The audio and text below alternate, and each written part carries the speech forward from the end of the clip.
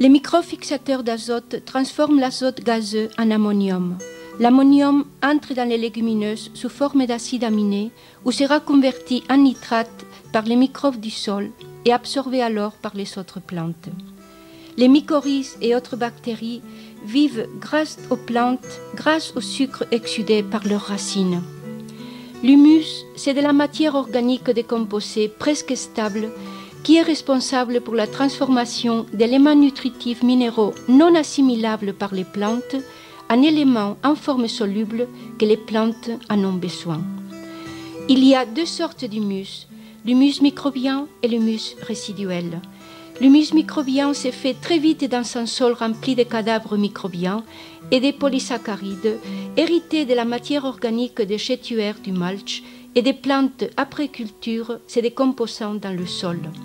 Même dans des sols très pauvres en humus résiduel, on peut obtenir rapidement une structure correcte et une quantité importante de cadavres microbiens pour nourrir la culture, sans devoir attendre toutes les années nécessaires pour développer l'humus résiduel, l'humus stable.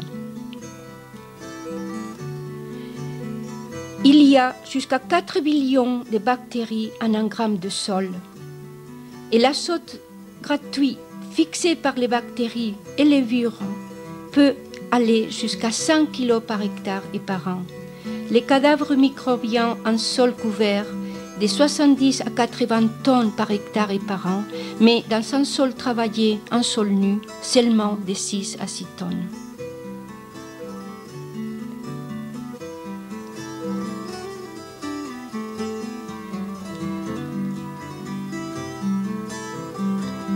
Des fèves, des haricots, des petites courges qui poussent.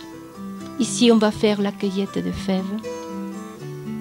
Après que la fève sera coupée, fauchée, on la laisse comme mulch sur le sol. Les racines, elles vont rester dans le sol et se décomposer.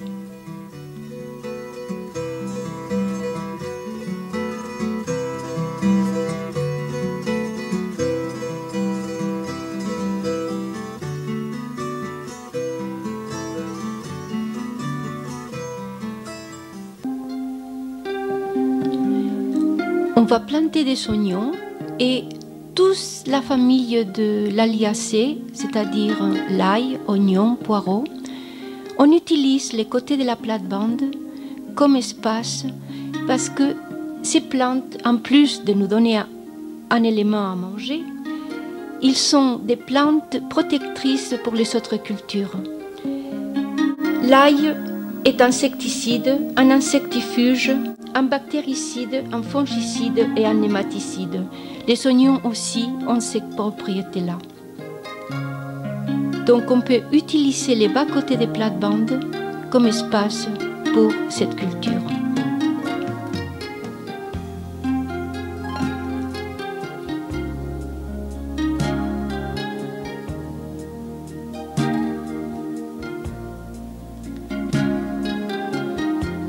On intercale les poireaux avec les salades et tout l'espace qui a été perdu par les couloirs est récupéré dans les côtés.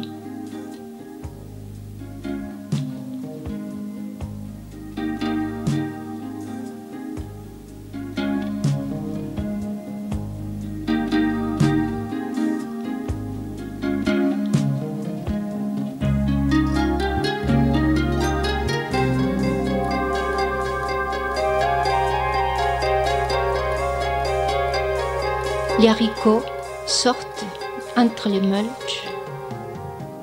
Une hectare de légumineuses peut fixer par an 400 kg d'azote. Des fois, il y a des plantes qui se ressèment d'elles-mêmes. Lorsqu'on permet aux plantes de finir leur cycle végétatif, beaucoup se ressèment et nous pouvons les transplanter dans les endroits qu'on veut pour leur culture. Ici, c'est des blettes qui peuvent aussi être mises dans les bas-côtés des plates-bandes.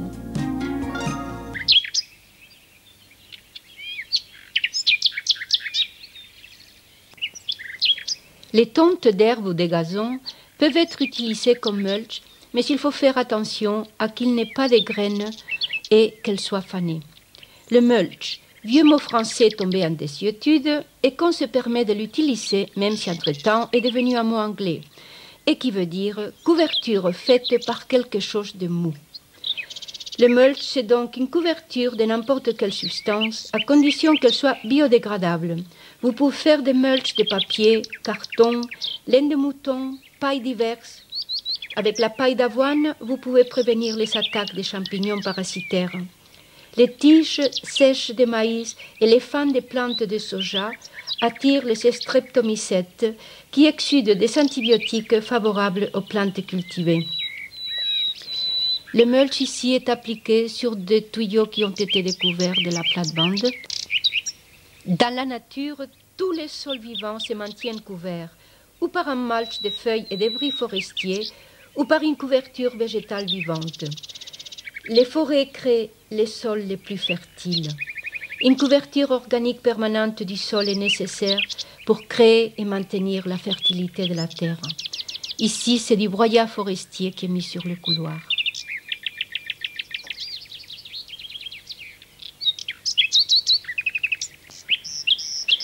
La première année, lorsqu'on a dû travailler le sol pour faire les plates-bandes, on aura autant de desservage à faire que si on faisait n'importe quelle autre agriculture. Mais chaque année, le desservage diminue. Nous avons ici un système évolutif. Les canards coureurs indiens sont des grands mangeurs de limaces et je les avais au jardin pour cette raison.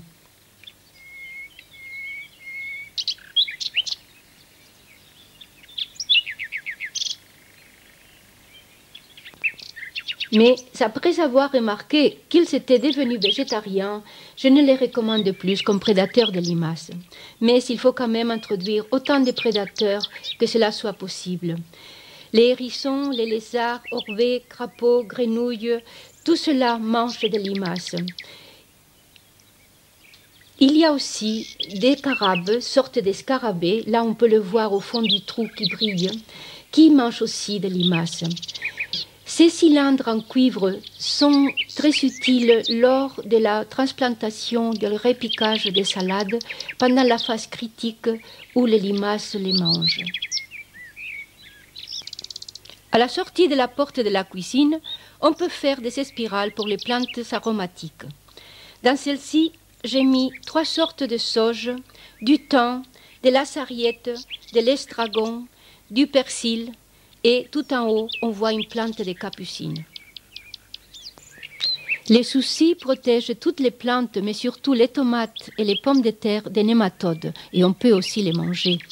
Autres plantes bénéfiques que vous pouvez mettre dans les jardins sont l'absinthe, la citronnelle, qui repousse la mite, et les choux de la pyride, les capucines, qui repoussent les coléoptères du haricot et protègent des nématodes, des pucerons noirs des choux et les parasites des courges. Nous sommes au mois de juillet et voici les plantes, comment elles se sont développées. Les blettes que vous voyez sont celles qui ont été repiquées au début du film.